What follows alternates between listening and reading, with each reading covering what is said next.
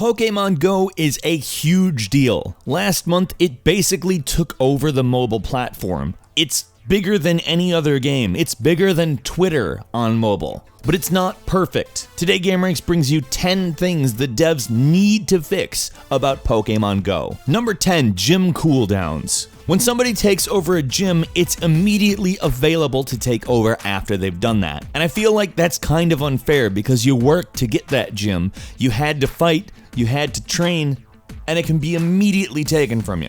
I feel like a cooldown, even a short cooldown, 5-10 minutes, is at least in order. I mean, it's not like people aren't going to come back and take it from you. It's not like they aren't going to get their chance. It'd just be nice to be able to hold on to it for a few minutes. And at number 9, a better power saving mode. I mean, come on. Battery life on my phone is not bad at all. I generally don't have to do anything all day long. But if I turn on Pokemon Go, it's gone. It's gone in like an hour. I know Niantic included a battery saver option, and they've made improvements to it, but it just doesn't do much. At least not for me or anybody that I've played the game with or talked to about playing the game with. Some people have suggested that a good way to do that would be a pixel art, retro-looking version of Pokemon Go that functions the same but doesn't have 3D graphics and therefore isn't pegging your graphics processor in whatever phone you have. And I think that's a great start. Hell, I'd probably play it in that mode anyway because I really like what Pokemon used to look like compared to what Pokemon looks like now. And that made me sound very old. Number 8, the ability to bulk select Pokemon when you do anything with the Pokemon. You can't bulk select them ever. You have to do everything individually. You can't transfer them in bulk. You can't use items in bulk. You can't do anything in bulk. It's all individual and it's so painfully slow when you do everything that way. I feel like this is something that's kind of obvious, especially given the fact that it's a mobile app. The ability to do bulk actions, it's normal. And the fact that Pokemon Go doesn't have it drives me up the wall. Number 7, it would be really nice if there were some way to do some kind of teamwork in the game. Like for instance, being able to signal the other members of your team when you found a Pokemon so they could come and, partake. It would make it so you can split up, cover more ground, and then when you find what you need, everybody could converge on it. And that could mean something as simple as a waypoint on the radar, or you could do something like flares or smoke signals. I mean, there's a large variety of ways that you could go about doing something like this that could be fun in world, or even just do it with a waypoint. And I don't care if it's fun in world, it doesn't matter. Number 6, some kind of a better tracker.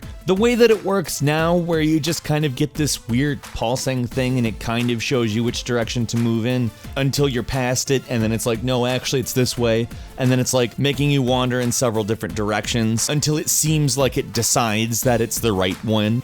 They've been tweaking the Pokemon Tracker / Finder feature, first removing features, now by adding some, but only some users have access to test it. With the newest update, it looks like you can actually identify a Pokemon via sightings instead of nearby, and it has a higher refresh rate as well as a grass visual. In some screenshots I've seen out there with some people testing the new features, it looks like we're going to be able to identify where Pokemon are using nearby landmarks, which is at least better. It's a bit vague, and it doesn't look like it's perfect by any means, but at least they're trying. Number 5, expanding the time limit for finding a Pokemon. Because let's be frank, if you're walking around, you're gonna get a lot less Pokemon because they disappeared than somebody playing the game with like a car or a bike. They have the ability to cover more distance, so they can make up for a lot more wrong directions that the tracker gives them. If walkers had a little bit more time, it would give them the opportunity to be at least a little bit more on par with people that are using stuff with wheels to get to the Pokemon. Obviously, it doesn't make more time in the day, but if you set yourself quotas, for instance,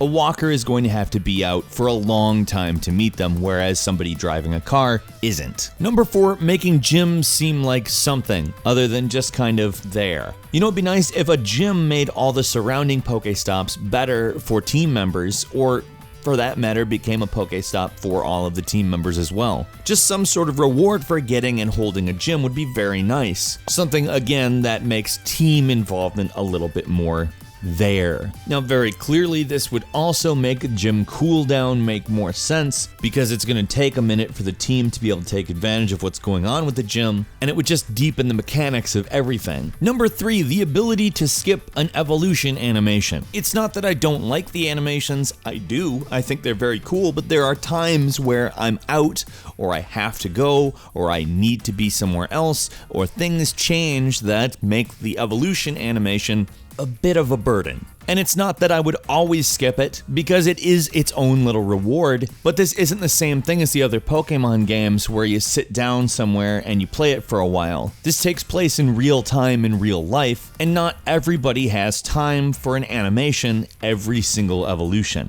Number 2, a daily bonus. You know how you get a bonus for logging in every day, and people who don't necessarily live near Pokestops would have a means to get supplies and things like that? You know, something that would encourage you to play the game every day and make it just a little less impossible for people who don't have money to buy the items. Like, I feel like it would be respectful for people playing the game as well as kind of a nice little thank you for it. And finally, if a Pokemon evades you, if you aren't able to catch it, it would be nice if it didn't just immediately disappear forever. Because that's what it does. If you don't manage to catch it, it's gone, you never see it again. So if you see a rare one, you don't catch it, but you know you can catch it, it doesn't matter, because you're gonna have to find another rare one, because that one is gone. I feel like given the fact that distances and time limits and all these things take place in the real world, they should try to make things just a little bit easier on you. And this is frankly probably the thing that would really go the furthest. It feels like such a waste of time to lose a Pokemon that you otherwise should be able to get. For whatever reason, you couldn't throw Pokeballs right. Sometimes you just mess up, or get hit by a car or something, and